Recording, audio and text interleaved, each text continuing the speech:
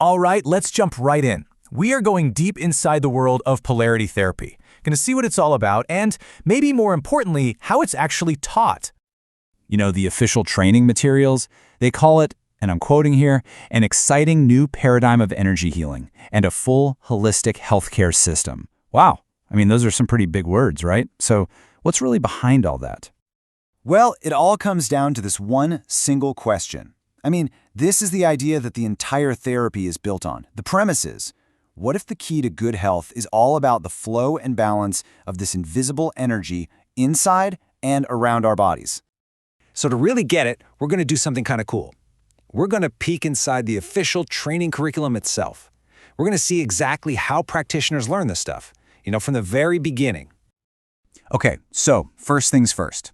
It all starts with the foundation, understanding the body's energy field. So right at the start of the curriculum, they introduce this core concept of a life force. You might have heard it called chi or prana in other contexts. But what's really interesting here is how they define it. They say it's not some mystical, vague thing, but a real physiological electromagnetic force. And the whole idea is that the vibrancy of this force, that's the baseline for our vitality. It's what makes us feel alive. And this is the map they use. It's called the wireless anatomy of man. Think of it like an electrical wiring diagram for the human body's energy. It's the model that underpins everything, showing all the currents and fields that a practitioner is trying to work with. Okay, so once you have that map, the goal becomes super clear, right? The whole point is to find the blockages in that system, the traffic jams, if you will, and release that stuck energy, getting it back to its normal, healthy flow. All right, so how do you even begin to organize and understand this energy? Well, that brings us to the next big idea, and it's a huge one, the principle of three. This is a framework that's going to pop up again and again. Yeah, this principle of three is absolutely central. You see it everywhere in the training. The core idea is that energy has this three-part pulsation: positive, neutral, and negative. And once you get that, you see how it maps onto, well, everything. There are three types of touch they learn: sattvas, rajas, and tamas. And there are three main energy currents they work with: transverse, fire spiral, and long lines. It's all about the threes.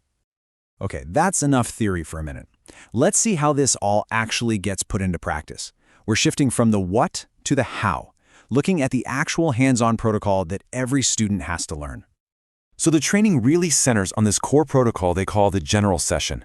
And look at this, it's structured in three distinct phases. And hey, surprise, surprise, they directly mirror those energy poles we just talked about. You start with positive pole bodywork, then move to negative, and you wrap it all up with neutral. So in the second class, students get their hands dirty, learning the positive pole techniques. And you gotta love the names, right? They're so descriptive. You have the cradle, the North Pole stretch, tummy rock. These are the very first hands-on moves they actually practice on each other. Then, in the third session, the focus shifts over to the negative pole. And you can tell from the names that the techniques here get a little more directive.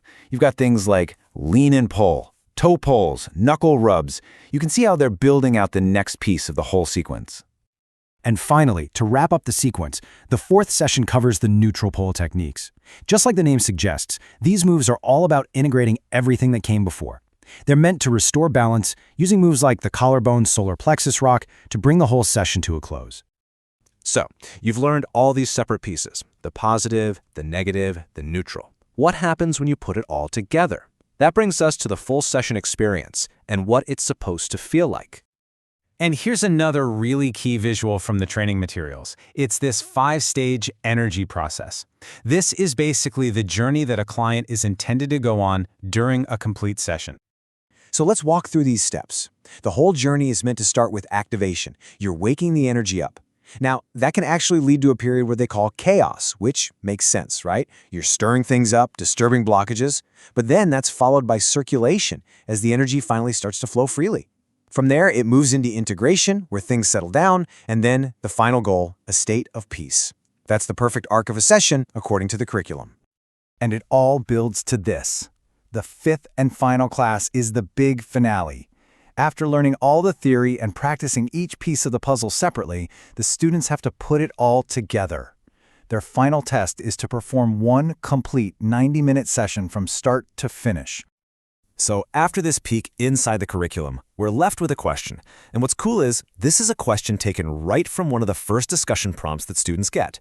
It's super simple, but it's also kind of profound. It's something for all of us to think about.